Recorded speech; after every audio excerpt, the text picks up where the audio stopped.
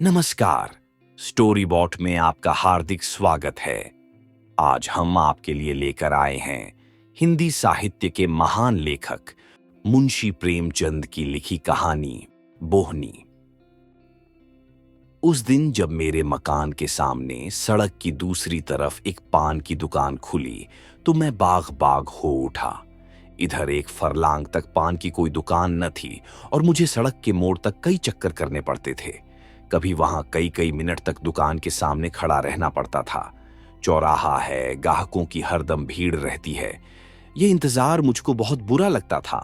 पान की लत मुझे कब पड़ी और कैसे पड़ी ये तो अब याद नहीं आता, लेकिन अगर कोई बना बनाकर गिलौरियां देता जाए तो शायद मैं कभी इनकार न करूं। आमदनी का बड़ा हिस्सा नहीं तो छोटा हिस्सा जरूर पान की भेंट चढ़ जाता है। कई बार इरादा किया कि पानदान खरीद लूं, लेकिन पानदान खरीदना कोई खलाजी का घर नहीं और फिर मेरे लिए तो हाथी खरीदने से किसी तरह कम नहीं है। और मान लो जान पर खेलकर एक बार खरीद लूं तो पानदान कोई परी की थैली तो नहीं कि इधर इच्छा हुई और गिलौरियां निकल पड़ीं।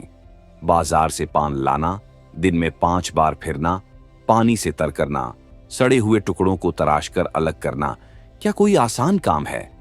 मैंने बड़े घरों की औरतों को हमेशा पानदान की देखभाल और प्रबंध में ही व्यस्त पाया है।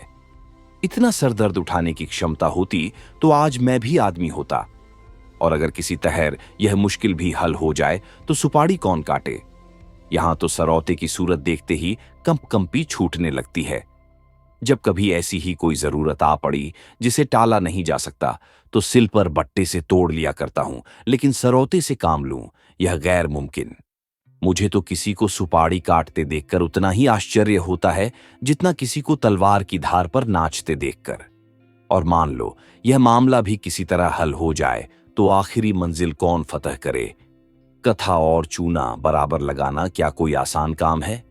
कम से कम मुझे तो उसका ढंग नहीं आता। जब इस मामले में वे लोग रोज गलतियां करते हैं तो इस कला में दक्ष हैं, तो मैं भला किस खेत की मूली हूं? तमोली ने अगर चूना ज्यादा कर दिया, ताकथा और ले लिया, उस पर उसे एक डांट भी बताई। आंसू पूंछ गए। मुसीबत का सामना तो उस वक्त होता है जब किसी दोस्त के घर जाएं। पान अंदर से आई तो इसके सिवाय कि जानबूझकर मक्खी निगलें, समझबूझकर जहर का घूंट गले से नीचे उतारें, और चारा ही क्या है। शिकायत नहीं कर सकते, सभ्यता बाधक होती है। कभी कभी पान मुंह में डालते ही ऐसा मालूम होता है कि जीभ पर कोई चिंगारी पड़ गई। गले से लेकर छाती तक किसी ने पारा गरम करके उड़ेल दिया, मगर घुटकर रह जाना पड़ता है। अंदाजे में इस हद तक गलती हो जाए यह तो समझ में आने वाली बात नहीं। मैं लाख अनाड़ी हूं, लेकिन कभी इतना ज्यादा चूना नहीं डालता। हां, 2-4 छाले पड़ जाते हैं तो मैं समझता हूं यही अंतपुर के कोप की अभिव्यक्ति है। आखिर वह आपकी ज्यादतियों का प्रोटेस्ट क्यों करें? खामोश बायकाट से आप राजी नहीं होते, दूसरा कोई हथियार उनके हाथ में है नहीं। भंवों की कमान और बरौनियों का नेजा और मुस्कुराहट का तीर उस वक्त बिल्कुल कोई असर नहीं करते जब आप आंखें लाल किए, आस्तीने समेटे इसलिए आसमान सर पर उठा लेते हैं कि नाश्ता और पहले क्यों नहीं तैयार हुआ। तब सालन में नमक और पान में छूना ज्यादा कर देने के सिवाय बदला लेने का उनके हाथ में और क्या साधन रह जाता है। खैर, 3-4 दिन के बाद एक दिन मैं सुबह के वक्त तंबोलिन की दुकान पर गया तो उसने मेरी फरमाइश पूरी करने में ज्यादा मुस्तैदी न दिखलाई। 1 मिनट तक तो पान फेरती रही, फिर अंदर चली गई और कोई मसाला लिए हुए निकली। मैं दिल में खुश हुआ कि आज बड़े विधिपूर्वक गिलौरियां बना रही हैं, मगर अब भी वह सड़क की ओर प्रतीक्षा की आंखों से ताक रही थी कि जैसे दुकान के सामने कोई ग्राहक ही नहीं, और ग्राहक भी कैसा, जो उसका पड़ोसी है और दिन में 20 ही बार आता है। तब तो मैंने जरा झुंझला कर कहा, मैं कितनी देर से खड़ा हूं, कुछ इसकी भी खबर है? तंबोलिन ने क्षमा याचना के स्वर में कहा, हां बाबूजी, आपको देर तो बहुत हुई, लेकिन 1 मिनट और ठहर जाइए। बुरा न मानिएगा बाबूजी, आपके हाथ की बोहनी अच्छी नहीं है। कल आपकी बोहनी हुई थी, दिन में कुलछा, आने की बिक्री हुई। परसों भी आप ही की बोहनी थी, 8 आने के पैसे दुकान में आए थे। इसके पहले 2 दिन पंडित जी की बोहनी हुई थी, दोपहर तक 2.5 रुपये आ गए थे। कभी किसी का हाथ अच्छा नहीं होता बाबूजी। मुझे गोली सी लगी। मुझे अपने भाग्यशाली होने का कोई दवा नहीं है। मुझसे ज्यादा अभागे दुनिया में नहीं होंगे। इस साम्राज्य का अगर मैं बादशाह नहीं तो कोई ऊंचा मनसबदार जरूर हूं, लेकिन यह मैं कभी गवारा नहीं कर सकता कि नहूसत का दाग बर्दाश्त कर लूं। कोई मुझसे बोहनी न कराए, लोग सुबह को मेरा मुंह देखना अपशकुन समझे। ये तो घोर कलंक की बात है। मैंने पान तो ले लिया, लेकिन दिल में पक्का इरादा कर लिया कि इस नहूसत के दाग को मिटाकर ही छोड़ूंगा। अभी अपने कमरे में आकर बैठा ही था कि मेरे एक दोस्त आ गए। बाजार साग भाजी जेने जा रहे थे। मैंने उनसे अपनी तंबोलिन की खूब तारीफ की। वह महाशय जरा सौंदर्य प्रेमी थे और मजाकिया भी। मेरी ओर शरारत भरी नजरों से देखकर बोलक, इस वक्त तो भाई मेरे पास पैसे नहीं हैं और न अभी पानों की जरूरत ही है। मैंने कहा, पैसे मुझसे ले लो। हाँ, यह मंजूर है, मगर कभी तकाजा मत करना। यह तो टेढ़ी खीर है। तो क्या मुफ्त में किसी की आंख में चढ़ना चाहते हो? मजबूर होकर उन हजरत को एक ढोली पान के दाम दिए। इसी तरह जो मुझसे मिलने आया उससे मैंने तंबोलिन का बखान किया। दोस्तों ने मेरी खूब हंसी उड़ाई, मुझ पर खूब फबतियां कसी। मुझे छिपे रुस्तम, भक्त जी और न जाने क्या क्या नाम दिए गए, लेकिन मैंने सारी आफतें हंसकर टाली। ये दाग मिटाने की मुझे धुन सवार हो गई। दूसरे दिन जब मैं तंबोलिन की दुकान पर गया तो उसने फौरन पान बनाए और मुझे देती हुई बोली, बाबूजी, कल तो आपकी बोहनी बहुत अच्छी हुई। कोई 3.5 रुपए आए। अब रोज बोहनी करा दिया करो। 3-4 दिन लगातार मैंने दोस्तों से सिफारिशें की, तंबोलिन की स्तुति गाई और अपनी गिरह से पैसे खर्च करके सुर्खरुई हासिल की। लेकिन इतने ही दिनों में मेरे खजाने में इतनी कमी हो गई कि खटकने लगी।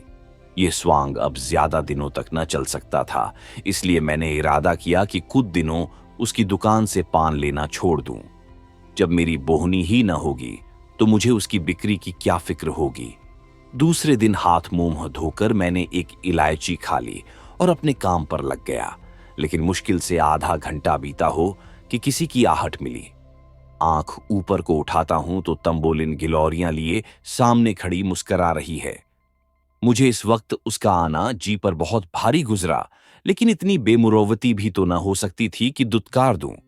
बोला, तुमने नाहक तकलीफ की, मैं तो आ ही रहा था।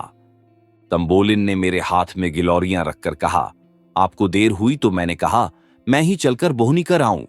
दुकान पर ग्राहक खड़े हैं मगर किसी की बोहनी नहीं की।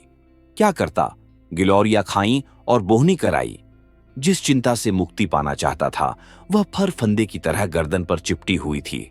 मैंने सोचा था, मेरे दोस्त 2-4 दिन तक उसके यहां पान खाएंगे तो आप ही उससे हिल जाएंगे और मेरी सिफारिश की जरूरत न रहेगी। मगर तंबोलिन शायद पान के साथ अपने रूप का भी कुछ मोल करती थी, इसलिए एक बार जो उसकी दुकान पर गया दोबारा न गया। 1-2 रसिक नौजवान अभी तक आते थे। वह लोग एक ही हंसी में पान और रूप दर्शन दोनों का आनंद उठाकर चलते बने थे। आज मुझे अपनी साख बनाए रखने के लिए फिर पूरे 1.5 रुपये खर्च करने पड़े। बधिया बैठ गई। दूसरे दिन मैंने दरवाजा अंदर से बंद कर लिया, मगर जब तंबोलिन ने नीचे से चीखना, चिल्लाना और खटखटाना शुरू किया तो मजबूरन दरवाजा खोलना पड़ा। आंखें मलता हुआ नीचे गया, जिससे मालूम हो कि आज नींद आ गई थी। फिर बोहनी करानी पड़ी और फिर वही बला सर पर सवार हुई। शाम तक 2 रुपये का सफाया हो गया। आखिर इस विपत्ति से छुटकारा पाने का यही एक उपाय रह गया कि वह घर छोड़ दूं। मैंने वहां से 2 मील पर एक अनजान मोहल्ले में एक मकान ठीक किया और रातों रात असबाब उठवाकर वहां जा पहुंचा। वह घर छोड़कर मैं जितना खुश हुआ, शायद कैदी जेल खाने से भी निकलकर उतना खुश न होता होगा। रात को खूब गहरी नींद सोया। सवेरा हुआ तो मुझे उस पंछी की आजादी का अनुभव हो रहा था जिसके पर खुल गए हैं। बड़े इत्मीनान से सिगरेट पिया, मुंह हाथ धोया, फिर अपना सामान ढंग से रखने लगा। खाने के लिए किसी होटल की भी फिक्र थी, मगर उस हिम्मत तोड़ने वाली बला से फतेह पाकर मुझे जो खुशी हो रही थी उसके मुकाबले में इन चिंताओं की कोई गिनती न थी। मुंह हाथ धोकर नीचे उतरा। आज की हवा में भी आजादी का नशा था। हर एक चीज मुस्कुराती हुई मालूम होती थी। खुश खुश एक दुकान पर जाकर पान खाए और जीने पर चढ़ ही रहा था कि देखा वह तंबोलिन लपकी जा रही है। कुछ न पूछो उस वक्त दिल पर क्या गुजरी। बस यही जी चाहता था कि अपना और उसका दोनों का सिर फोड़ लूं। मुझे देखकर वह ऐसी खुश हुई जैसे कोई धोबी अपना खोया हुआ गधा पा गया हो, और मेरी घबराहट का अंदाजा बस उस गधे की दिमागी हालत से कर लो। उसने दूर ही से कहा, वाह बाबूजी, वाह, आप ऐसा भागे कि किसी को पता भी न लगा। उसी मोहल्ले में एक से एक अच्छे घर खाली हैं। मुझे क्या मालूम था कि आपको उस घर में तकलीफ थी, नहीं तो मेरे पिछवाड़े ही एक बड़े आराम का मकान था। अब मैं आपको यहां न रहने दूंगी, जिस तरह हो सकेगा आपको उठा ले जाऊंगी। आप इस घर का क्या किराया देते हैं? मैंने रोनी सूरत बनाकर कहा, 10 रुपए। मैंने सोचा था कि किराया इतना कम बताऊं जिसमें यह दलील उसके हाथ से निकल जाए। इस घर का किराया 20 रुपए है, 10 रुपए में तो शायद मरने को भी जगह न मिलेगी। मगर तंबोलिन पर इस चकमे का कोई असर न हुआ। बोली, इस जरा से घर के 10 रुपए, आप आठा ही दीजिएगा, और घर इससे अच्छा न हो तो जब भी जी चाहे छोड़ दीजिएगा। चलिए, मैं उस घर की कुंजी लेती आई हूं, इसी वक्त आपको दिखा दूं। मैंने त्योरी चढ़ाते हुए कहा, आज ही तो इस घर में आया हूं, आज ही छोड़ कैसे सकता हूं? पेशगी किराया दे चुका हूं। तंबोलिन ने बड़ी लुभावनी मुस्कुराहट के साथ कहा, 10 ही रुपए तो दिए हैं, आपके लिए 10 रुपए कौन बड़ी बात है। यही समझ लीजिए कि आप न चले तो मैं उजड़ जाऊंगी। ऐसी अच्छी बोहनी वहां और किसी की नहीं है। आप नहीं चलेंगे तो मैं ही अपनी दुकान यहां उठा लाऊंगी। मेरा दिल बैठ गया। ये अच्छी मुसीबत गले पड़ी। कहीं सचमुच चुड़ैल अपनी दुकान न उठा लाए। मेरे जी में तो आया कि एक फटकार बताऊं, पर जबान इतनी बेमुरौवत न हो सकी। बोला, मेरा कुछ ठीक नहीं है, कब तक रहूं, कब तक न रहूं। आज ही तबादला हो जाए तो भागना पड़े। तुम न इधर की रहो न उधर की। उसने हसरत भरे लहजे में कहा, आप चले जाएंगे तो मैं भी चली जाऊंगी। अभी आज तो आप जाते नहीं। मेरा कुछ ठीक नहीं है, तो मैं रोज यहां आकर बोहनी करा लिया करूंगी। इतनी दूर रोज आओगी? हाँ, चली आऊंगी। 2 मीन ही तो है, आपके हाथ की बोहनी हो जाएगी। यह लीजिए, गिलौरियां लाई हूं, बोहनी तो करा दीजिए। मैंने गिलौरियां लीं, पैसे दिए और कुछ गश की सी हालत में ऊपर जाकर चारपाई पर लेट गया। अब मेरी अक्ल कुछ काम नहीं करती कि इन मुसीबतों से क्यों कर गला छुड़ाऊं। तब से इसी फिक्र में पड़ा हुआ हूं। कोई भागने की राह नजर नहीं आती। सुरखरू भी रहना चाहता हूं, बेमुरौवती भी नहीं करना चाहता, और इस मुसीबत से छुटकारा भी पाना चाहता हूं। अगर कोई साहब मेरी इस करुण स्थिति पर मुझे ऐसा कोई उपाय बतला दें तो जीवन भर उसका कृतज्ञ रहूंगा। अगर आपको यह कहानी पसंद आई हो तो लाइक करें, कमेंट करें और स्टोरी बॉट चैनल को सब्सक्राइब करना न भूलें। मिलते हैं अगली कहानी में। तब तक के लिए धन्यवाद।